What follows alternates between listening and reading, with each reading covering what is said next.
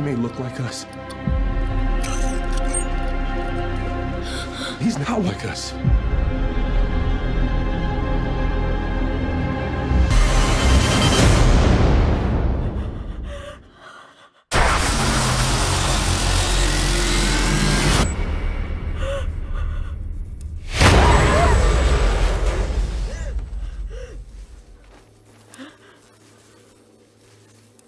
Brightburn is a low-budget horror film produced by James Gunn and written by his brother Mark and his cousin Brian, and it takes place in Brightburn, Kansas. And I won't waste my breath explaining the synopsis because the trailers basically explained it.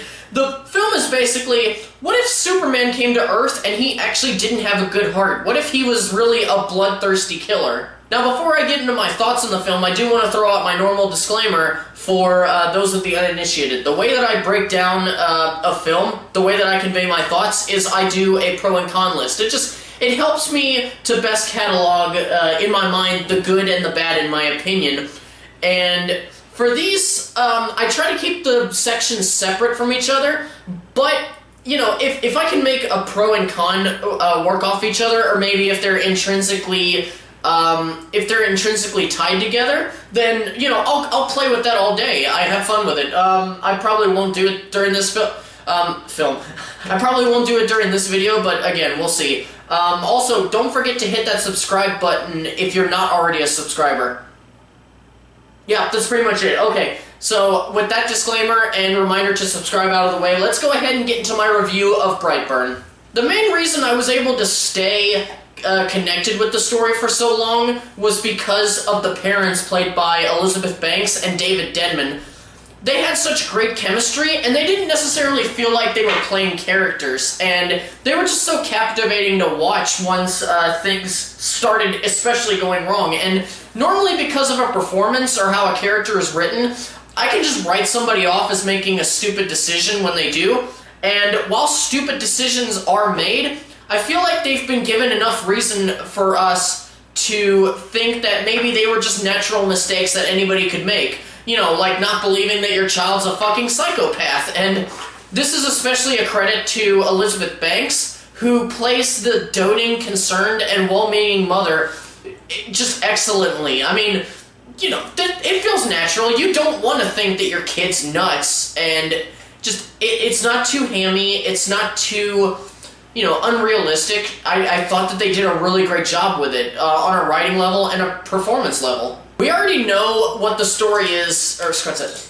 Now, as I mentioned before, we already know what the story is thanks to the trailers. It shows us through the origins of Clark Kent from the point of view of an original character, but then takes a hard left, where instead of wanting to be a force for good, this Superman in this world just starts killing people left and right, and it was honestly a great concept to explore in a horror film. And the first half of the film can be seen as a bit of a slow burn for those who came just for, you know, hey, I want to see evil Superman, that's all I want to see. It's a slow burn for those people who just came for the more rated R moments, but the film amazed me throughout. All year I've been bitching about how many films are doing more of the telling, not showing, how it's just exposition and exposition. And this film keeps the exposition to a low.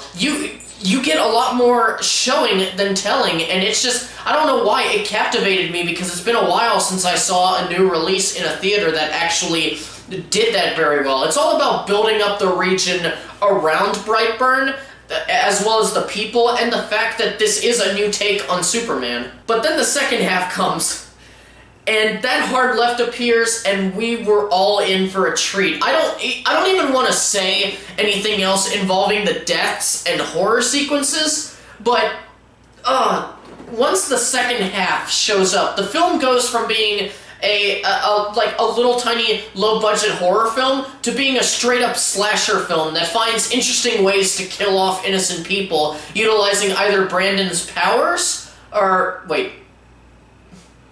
Oh, I didn't explain.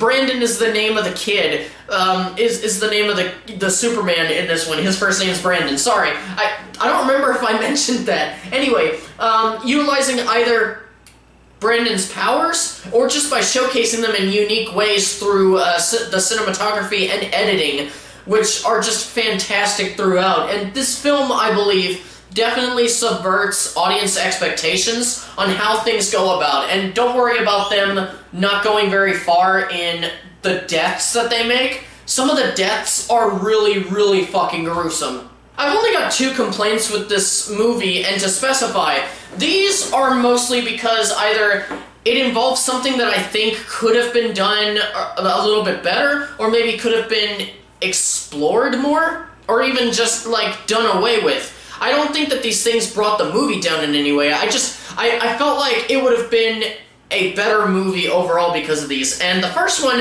is that the first scene should have been removed. I know that the majority of people going to see this movie will be going because of how it was marketed.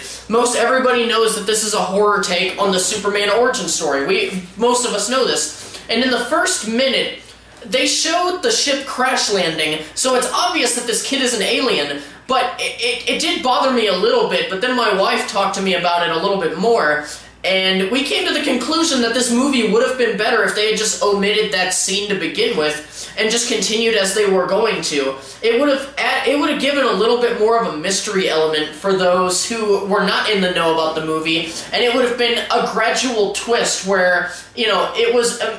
where it was immediate that everybody knows what's going on in the movie. It would be something that individuals would come to an understanding on their own time and any potential time. That sounds exciting to me. I haven't seen too many movies where it's like a gradual twist where, instead of just having that moment where, there's a bunch of shit leading up to it that maybe hints at it, and then they're just like, no, this is the twist. They just throw it at you. I've never seen one where...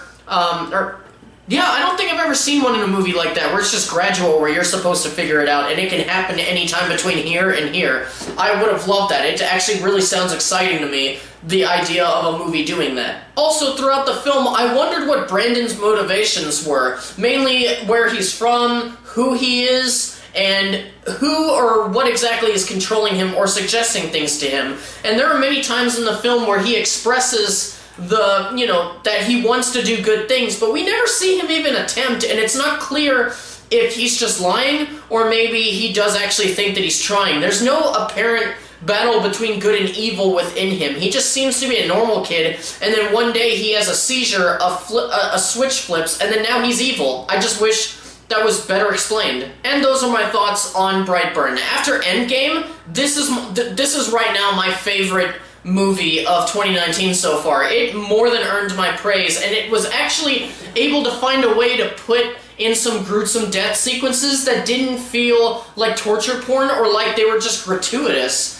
And I'm looking forward to the possibility of a sequel and this is no spoilers in this. There's something that at least shows that it could be possible to open up a sequel or two down the line, and I think it can be done. I mean, this movie is going to make its money back in the first weekend without a doubt.